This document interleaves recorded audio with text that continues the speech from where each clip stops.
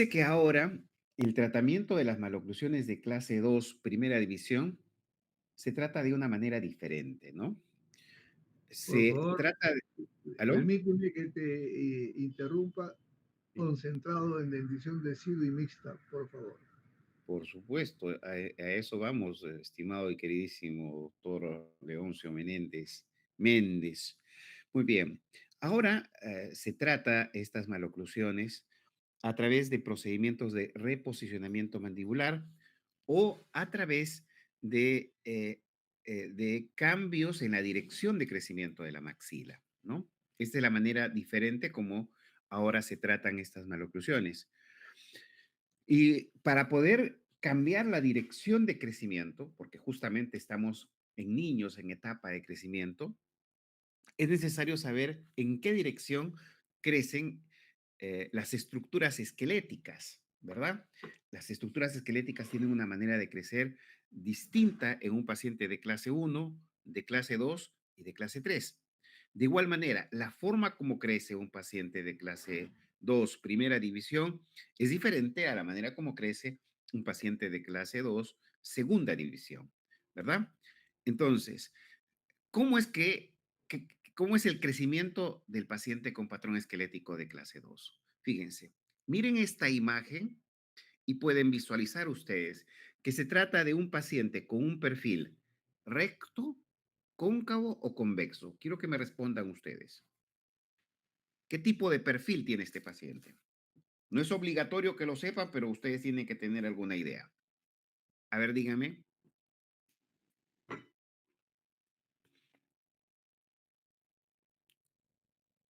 Chicos, ¿están ahí? Sí, doctor, un perfil convexo. Perfecto. ¿Cómo te llamas, hija? ¿Cuál es tu Ángela. nombre? Ángela, te acabas de ganar un punto, Angelita. Ángela, ¿tu apellido? Moyo, doctor. Moya. Moyo. Moyo. Perfecto, Angelita. Muy bien. Tiene un perfil convexo, no característico de un paciente de clase 2. Perfil convexo. Miren cómo está todo el complejo nasomaxilar. Quiero saber si el cursor de mi pantalla se ve. ¿Se está viendo en la pantalla el cursor? Sí, La- Ok. Miren cómo el componente nasomaxilar de este niño está proyectado hacia adelante. Y esto es gracias a lo que ocurre en la base del cráneo. Este hueso que ustedes ven de color rojo se llama esfenoides. El esfenoides, en etapas tempranas, en los primeros picos de crecimiento, va a rotar en un paciente de clase 2 en sentido anterior. Esa rotación por crecimiento de la sincondrosis esfeno-occipital, esa sincondrosis que está por detrás, miren, acá está, por detrás del esfenoides, en unión con el occipital. Es un área condral, es un área cartilaginosa.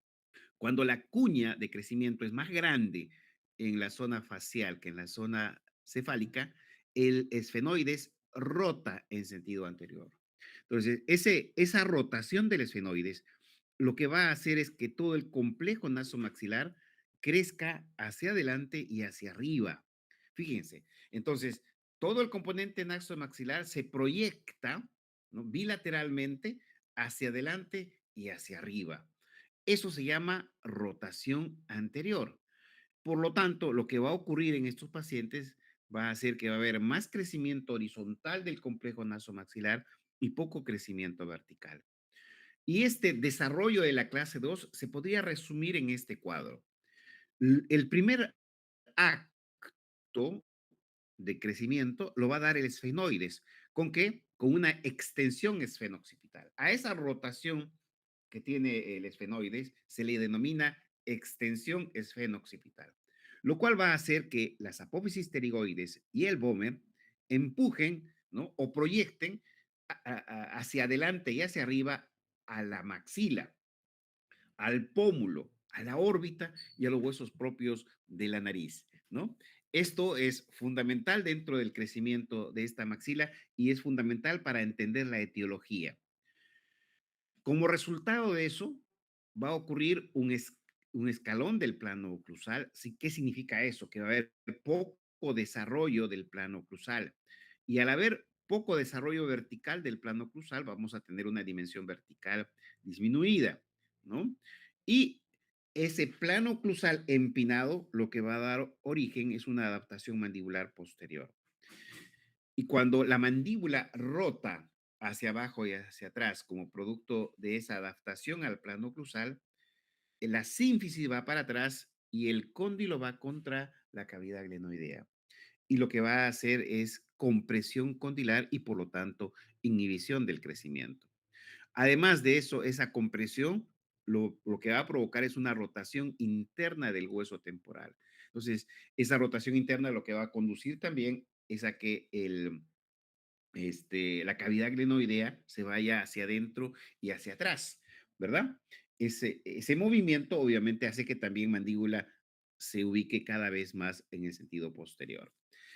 Si vemos en superposición esta tomografía, porque lo que ustedes están viendo acá es la tomografía de un paciente, pueden notar ustedes cómo ese crecimiento rotacional del complejo nasomaxilar hacia arriba conduce a que también la nariz se empine, ¿no?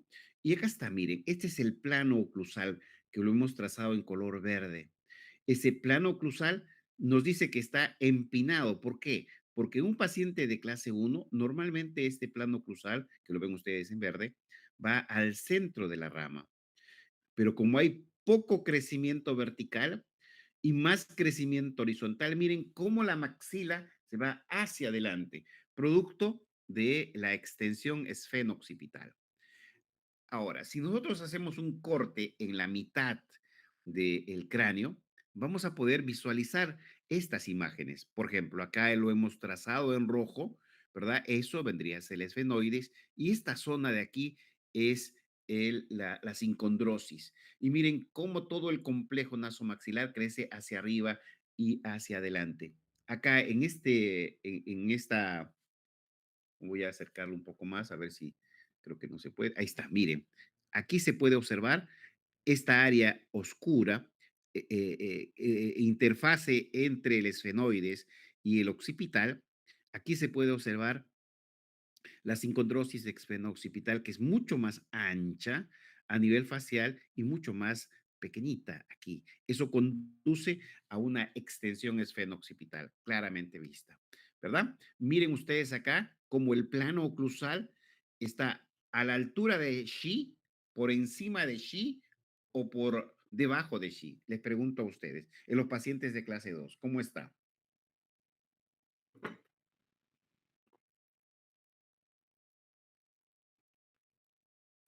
Chicos, ¿están ahí? Ángela, Ángela. Oh, parece que se me ha ido la... ¿Están ustedes ahí? Les preguntaba a ustedes si el plano oclusal que presenta el paciente de clase 2, primera división, este plano oclusal se va al centro de la rama, que vendría a ser ese punto, Ricketts lo denomina Shi, ¿verdad? Shi, centro de la rama. O en los pacientes de clase 2 está por encima o está por debajo del centro de la rama. Exacto. Y a ese tipo de plano oclusal que está por encima del centro de la rama se le denomina plano oclusal empinado, que es característico de un paciente de clase 2, del paciente que vamos a ver ahora, ¿correcto? ¿Y cuáles son las características generales de los pacientes de clase 2 ángulo alto o clase 2, este, clase 2 primera división? Bueno, una de las características es que tiene un crecimiento a predominio vertical, ¿no? Y estos pacientes con clase 2 ángulo alto, ¿no? Generalmente tienen un aumento de la altura facial anterior, ¿no? Una disminución de la altura facial posterior. ¿Por qué? Porque atrás no desarrolla muy poco, ¿no? Miren ustedes en este paciente cómo es un perfil convexo, ¿verdad? Y pueden observar que estos pacientes tienen un overjet marcado. Los pacientes de clase 2 primera división de Angle tienen un overjet marcado. ¿Se acuerdan que el overjet es la distancia entre la cara vestibular del incisivo inferior con la cara palatina del incisivo superior? Lo normal es que sea 2 milímetros. ¿Cuántos milímetros ven que tenga este paciente? ¿Cuántos milímetros ven? ¿2 milímetros o más de 2 milímetros? Más de 2 milímetros. ¿Cuánto calcularían que tiene este paciente de overjet? 4, 4. ¿Cuántos milímetros? ¿4 milímetros? No, probablemente tenga por lo menos unos 8 a 10 milímetros. Entonces, una característica de la maloclusión de clase 2, primera división, es que tenga un overjet marcado, ¿correcto? Entonces, lo que vamos a ver entonces es eso, ¿no? Muy diferente a los que son pacientes de clase 2 ángulo bajo, pero hoy no nos vamos a ocupar de ellos, ¿verdad? Vamos a saltar a la manera como tratamos a estos tipos de pacientes. Permítame acá. Entonces ya saben que lo que prima en el diagnóstico es eso, ¿ya? Ahora, miren los trabajos de investigación que se han realizado acerca de estos tipos de pacientes, ¿no? Este trabajo del doctor Jorge Coro, Roberto Velázquez, en la que evaluaron, ¿no? la, la relación entre el plano oclusal tridimensional, ¿no es cierto?, con la posición espacial y la morfología de la mandíbula. ¿Qué cosa encontraron? Miren, lo que encontró Coro es que los pacientes de clase 2 que tienen un perfil convexo, ¿no? Tienen un plano oclusal posterior empinado, tal como habíamos visto, ¿verdad? Y tienen otro plano que llaman plano oclusal anterior, ¿no? Que es totalmente diferente a este, ¿no es cierto? O sea, desde la segunda premolar para adelante es plano, pero de la segunda premolar para atrás es empinado. A ese se le denomina plano oclusal posterior. ¿Y qué cosa condiciona? A una posición retruida de la mandíbula. La mandíbula rota con este plano oclusal hacia abajo y hacia atrás. Esa rotación de la sínfisis hacia abajo y hacia atrás conduce a una compresión del cóndilo. Y cuando un cóndilo se encuentra en compresión, ¿hay estímulo del crecimiento o inhibición del crecimiento? Pregunta para ustedes. Inhibición del crecimiento. Perfecto. Y si hay inhibición del crecimiento, la mandíbula va a crecer o no va a crecer. No va a crecer. Exacto. Y hay una regla que el doctor Rickett estableció dentro de lo que es crecimiento y desarrollo. Cada vez que el cóndilo crece 1 milímetro, acá lo voy a señalar, cada vez que este cóndilo crece 1 milímetro, rama crece 2 milímetros.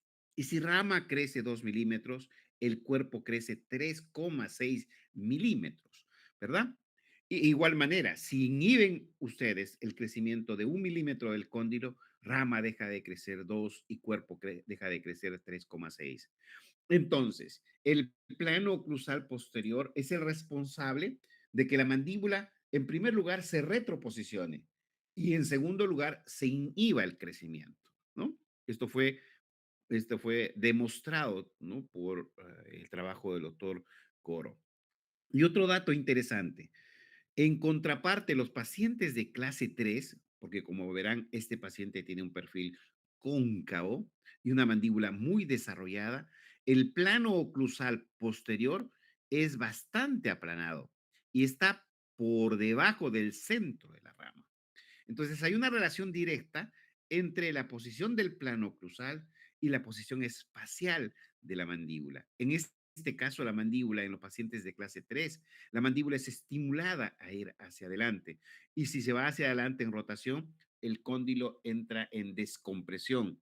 Un cóndilo que se descomprime y que por el contrario se distrae, tiende a crecer más, ¿no? Por eso los pacientes de clase 3 tienen una mandíbula muy grande.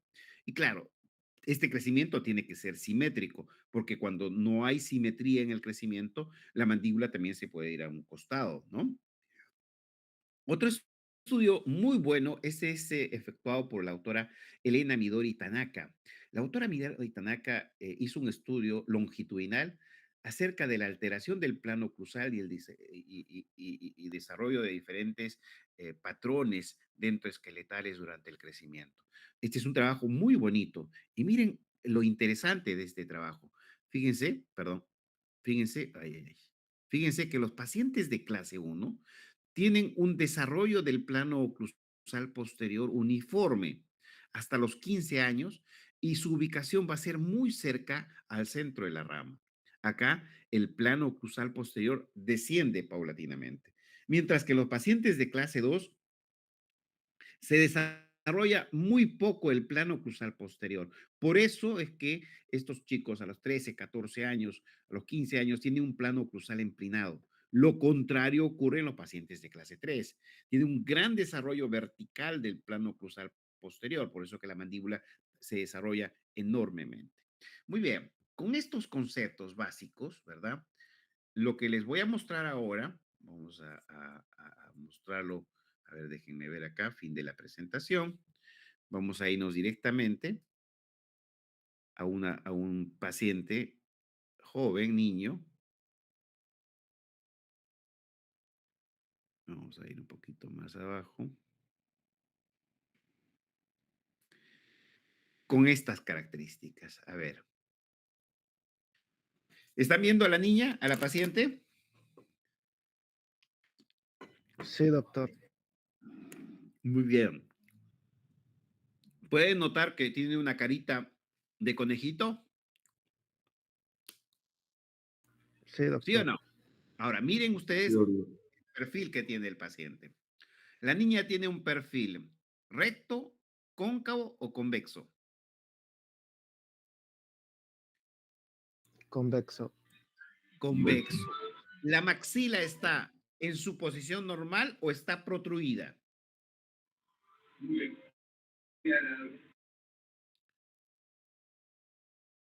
¿Cómo notan a esa maxila? ¿La maxila está en su posición normal o la notan que está protruida? Protuida. Protruida, ¿no es cierto? ¿Y la mandíbula está bien posicionada o está retroposicionada? Retro. Retroposicionada. Esta niña cabe exactamente en la clasificación. Miren cómo está la relación molar de clase 2, ¿verdad? Derecha a izquierda. Y pregunto, ¿el overjet de esta niña tiene 2 milímetros o tiene más de 2 milímetros? Más de Más de 2 dos. milímetros. Claro. ¿Y debe tener cuántos milímetros a vuestro entender? ¿Cuántos milímetros le ven al paciente? Más de 4.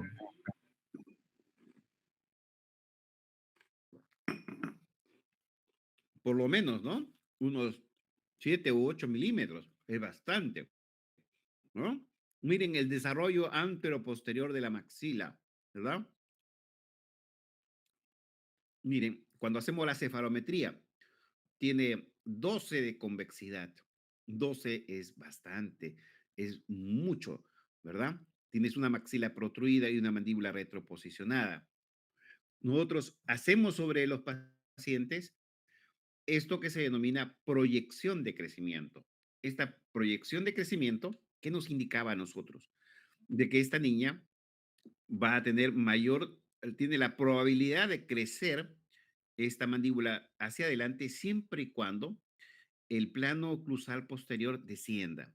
Si no desciende, no va a crecer esta maxila, no va a crecer esta mandíbula. Entonces, cuando tratamos a estos pacientes, tenemos que tratar los incisivos que están protruidos e inclinados, pero también necesitamos tratar la maxila. Si la maxila está protruida, le tenemos que introducir información ortopédica que redireccione el crecimiento de maxila, ¿no? Y eso lo vamos a hacer a través de un arco facial. Este arco, que se llama arco down, double arch wire, ese es el arco down, está constituido por un arco central y un arco, ¿no es cierto?, seccional. Este tipo de arco lo que va a hacer es llevar a estos incisivos hacia arriba y hacia atrás, ¿no es cierto? para disminuir ese overjet. Miren este overjet que ustedes pueden ver acá. Entonces, este arco lo va a utilizar el paciente, tiene un efecto intrusivo. Acá ya es una activación después de que se han alineado con el primer arco, ¿verdad? Generalmente son 21 días después. Y luego utilizamos este arco que se llama arco extraoral. El arco extraoral de Cloen, de tracción cervical, tiene una particular forma de actuar sobre la maxila. Cuando actúa sobre la maxila, le va a producir un vector horizontal, ¿verdad? Pero también un vector vertical. ¿Por qué necesitamos un factor vertical? Porque necesitamos que el plano oclusal posterior descienda. Y este arco extraoral lo que va a hacer es, va a ser extruir a la molar, ¿no? Dar ese crecimiento. Entonces, lo que vamos a hacer, por un lado, extruimos a la molar para producir rotación de la mandíbula y hacemos la intrusión de los incisivos utilizando este arco down, ¿no? Y luego, después de que estos ya están intruidos, hacemos el proceso de retrusión, ¿verdad? Después de haber trabajado con el arco extraoral de forma horizontal, luego levantamos los brazos del extraoral para producir el efecto extrusivo. Entonces, miren cómo reducimos el overjet del paciente y cómo hemos estado estimulando al desarrollo de la mandíbula, ¿verdad? Entonces, miren cómo a través del el uso del extraoral, ¿no? En la etapa en la que ya empieza a cambiar de dientes, ustedes pueden observar que estamos reduciendo el overjet, ¿verdad? El efecto intrusivo lo tenemos que hacer hasta que clínicamente podamos observar entre 2 a 5 milímetros de exposición en en una visión de reposo, ¿no? Y en una visión de sonrisa plena, la niña debe mostrar el 100% de la corona más un tercio de la encía papilar y marginal. Miren qué bonito se ve acá. Ya se puede observar, en ese momento retiramos los aparatos, ¿verdad? Lo dejamos al paciente para que cambie de dientes. Quiero que vean ustedes acá cómo el paciente mejora en su posición, sobre todo aquí. Ya no es una posición de clase 2 extrema. Hemos reducido a la mitad, ¿verdad? Ahora nos toca hacer una siguiente intervención y lo vamos a hacer a través del uso de un reposicionador mandibular, ¿no? Entonces, se toman nuevamente sus placas. Acá le tenemos que retirar las terceras molares, ¿verdad? Miren, sigue teniendo un plano oclusal aún todavía empinado, pero ya se observa un mejor desarrollo vertical, ¿verdad? De el cuerpo. Cuando hacemos una superposición de imágenes, se puede visualizar que efectivamente el paciente sigue siendo un paciente de clase 2, pero hay una diferencia. Al principio teníamos 12 milímetros de convexidad, ahora tenemos 8. Hemos reducido 4, ¿verdad? Y cuando hacemos la comparación entre el inicial y el progress, ¿verdad? Y superponemos las imágenes, aquí se puede visualizar de que gracias al tratamiento que hemos hecho con el paciente, la mandíbula ha sido capaz de crecer hacia abajo y hacia adelante, acompasando el desarrollo del complejo nasomaxilar. Y observen ustedes cómo el plano oclusal posterior ha descendido, ¿no? Producto del uso del extraoral.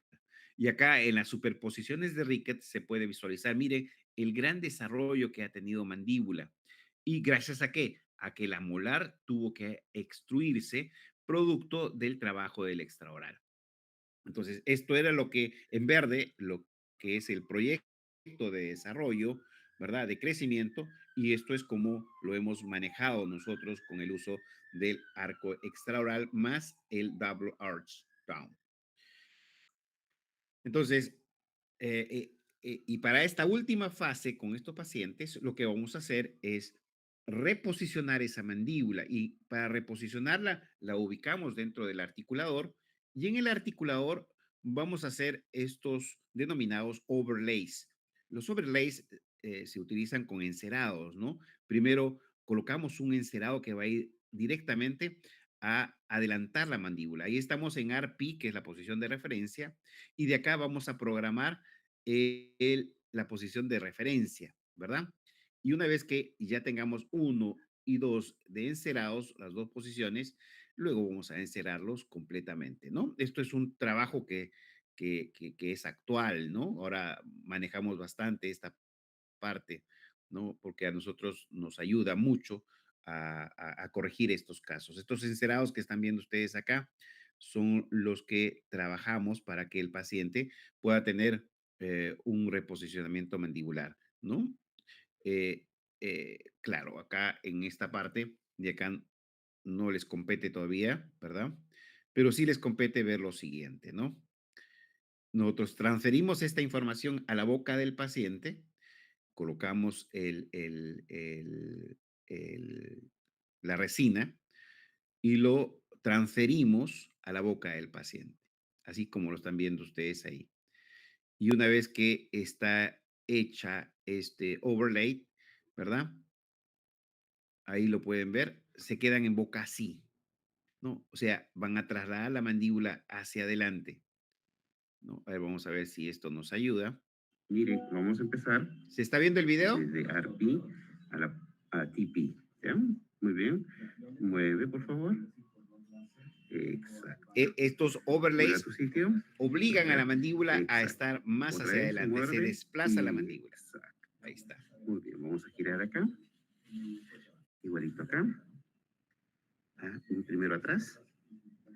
Ya, muerde y vas hacia adelante. Perfecto. Muy bien, tía. ¿Han visto el video, no? Sí, doctor. Sí, doctor. Perfecto. Estos son los overlays que lo que hacen es llevar a una posición más adelantada de la mandíbula. Y claro, el cóndilo va a entrar en distracción y si el cóndilo entra en distracción, empieza el crecimiento. Crece 1 milímetro el cóndilo, rama crece 2 y cuerpo se va para adelante. ¿Ya? ¿Ok? Entonces, esta es una manera de cómo se tratan ahora los pacientes de clase 2, pero existe otra manera, permítanme acá, voy a poner acá. Acá voy a poner Herbst. Acá está. El otro aparato que nos va a permitir mejorar este tipo de maloclusiones, quiero que me digan si se está viendo el PowerPoint. ¿Se ve el PowerPoint? Sí, doctor. Ok, miren esta niña, también con perfil convexo, ¿verdad? Con una clase 2, primera división, dentición mixta, con un overjet de 6 milímetros. A estos pacientes que tienen dos cosas. Primero, con un neuromuscular normal, con una deflexión craneana normal, con una posición de la maxila normal. El problema de este paciente es el retroposicionamiento mandibular. Entonces, cuando tenemos a este tipo de pacientes, podríamos aplicar otra tecnología. Esta tecnología se llama aparato de Herbst. El aparato de Herbst es un aparato que tiene tiene un anclaje superior de dos coronas de acero que se sobreponen sobre las primeras molares permanentes con un conector de alambre 0,36 o 1,1, ¿no? Que es mucho mejor 1,1. Están soldadas las dos, van a servir de anclaje.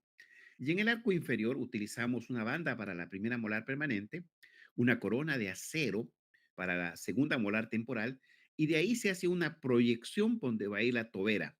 Además, todo el sistema de anclaje incluye a un alambre 1,1 que va por la parte lingual de caninos incisivos y el canino del lado opuesto. Entonces, se sueldan las toberas y todo esto va a ser cementado. Claro, todo tiene que estar pulido en todas las troneras. Acá pueden ver al aparato ya hecho, ¿verdad? Listo para ser cementado. Luego con un ionómero de vidrio se coloca en boca, como estás viendo acá, se cementa en boca. Acá lo tienes ya también cementado en boca, ¿verdad? Hay que dejarlo aproximadamente 72 horas para que alcance su máxima polimerización. Y luego vamos a colocar estos brazos que van a proyectar a la mandíbula hacia adelante. Este es el aparato de HERPS, es el aparato adelantador mandibular o reposicionador mandibular, que va a tener un extremo que va hacia la maxila, en el anclaje de la maxila, y otro que va hacia la mandíbula. Entonces, esto se adapta como si fuera dos brazos con rielera y se emperna, ¿verdad? De manera que este aparato va a estar permanentemente en boca. Ahí pueden ver cómo se instala y cómo se deja vis a vis con las líneas medias coincidentes. Entonces, la mandíbula es obligada a ir hacia adelante para que tenga el crecimiento que necesitamos, ¿no? Ahí lo pueden ver, el paciente puede abrir y cerrar. Normalmente dejamos este aparato durante 6 meses y acá pueden observar que al cabo de 6 meses la mandíbula se fue para adelante, ¿no? Y acá se pueden ver la inhibición del crecimiento y el estímulo del crecimiento de la mandíbula hacia adelante, ¿no? Entonces, este aparato, repito, debe quedarse en boca por un periodo de 6 meses en los adolescentes y por un periodo de 8 meses en los adultos, ¿no? Adultos jóvenes. Entonces, luego de que hemos logrado llevar la mandíbula, retiramos el aparato, como ven ustedes acá, y dejamos que el paciente ya crezca, ¿no? Hemos reducido el overjet, el premolar aquí, la primera premolar está encajando perfectamente, acá también está encajando perfectamente. Entonces, ya en adelante esperamos la erupción de todas las piezas para completar. Si va a necesitar un tratamiento de ortodoncia, ya va a ser solamente para mover dientes, ¿verdad? ¿Me estoy dejando entender? Sí, Sí, doctor. doctor. Perfecto. ¿Quiere ver un caso más? Tienes 15 minutos para terminar tu clase. Ya. Veamos, este niño también tiene proyección, ¿no? Pero a diferencia de otros, a pesar de que tiene una clase 2, primera división con un gran overjet, estos niños de ángulo bajo tienen un neuromuscular muy fuerte. Y eso lo vamos a ver, obviamente, aquí, miren. Una pregunta, mi estimado Fernando. ¿No tienes Claro un que sí. caso de bendición decidua clase 2? Te acabo de mostrar un caso de clase 2 de SIDUA. Dos casos de clase Ese, 2 de SIDUA. ese es bendición mixta tardía, ya es bendición permanente. El Acuérdate que primer estos caso era... jóvenes, Ajá. 4 meses, un semestre y se acabó el curso. Ujú, 2 semestres son 8 meses. Y tú ujú. quieres poner 6 meses en boca. Pero que sí ellos necesitan manejar adecuadamente casos menos complejos, más a su alcance, que puedan ellos no frustrarse en el tratamiento, sino en el diagnóstico, porque sí, es excelente, extraordinario lo que está demostrando, eso nada que ver. Lo importante es que le dejamos a los chicos para que realmente hagan algo en su semestre de 4 meses, Te nada comento que más. con los, te comento que con los chicos que ahora estamos llevando en Clínica 4, estamos haciendo reposicionamiento mandibular con overlays. Así que si ustedes tienen interés en aprender esta parte de la ortodoncia, pueden ustedes acercarse a la clínica de los días jueves y ver cómo estamos aplicando overlays en dentición decidua, perdón, en dentición mixta temprana, ¿verdad? Para casos de clase 2 y de clase 3. Los overlays son una muy buena alternativa para poder redireccionar el crecimiento a temprana edad, ¿no? Ya sea que sean pacientes de clase 2, primera división, segunda división o pacientes de clase 3, ¿no? Acá lo que les estoy mostrando son varias alternativas. Como verán, les he mostrado el uso del extraoral, les estoy mostrando el uso de los overlays, el uso de un HERPS como parte de adelantamiento mandibular. Yo no te puedo mostrar, Leoncio, aparatos removibles porque no los uso. No los uso porque no tengo experiencia en ese tipo de aparatos, ¿verdad? Lo que les estoy mostrando a ustedes es básicamente lo que yo hago, ¿no? Hago con los chicos, ¿no? Por ejemplo, este de acá, como verán, cuando él vino, era un paciente en dentición mixta, como están viendo ustedes acá, pero obviamente a veces no es posible tratarlos a esa edad, a veces hay que esperar a que crezcan un poco, pero vamos a poner un poquito más acá para que se vea. Este es un aparato que permite el adelantamiento mandibular. A ver, claro. Vamos a ver a otro pacientito un poco más joven. Permítame. Fin de la presentación.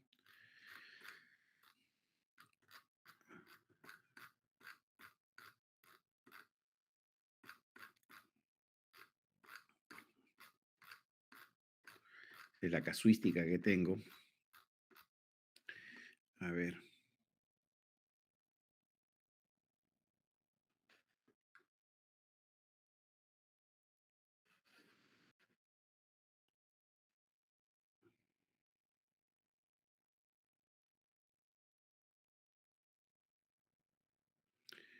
A ver, a ver, a ver.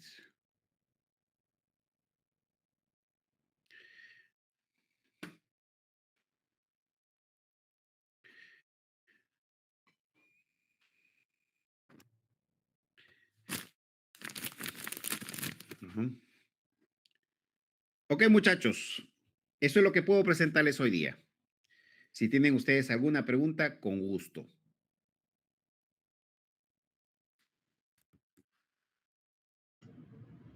Hagan sus preguntas, jóvenes.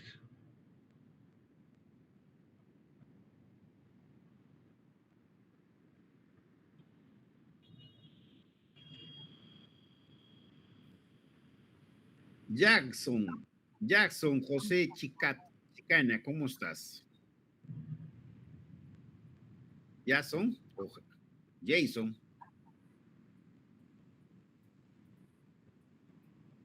Chicos, ¿están ahí? Deberían prender sus cámaras para poder verlos. ¿Ah? Os escucho.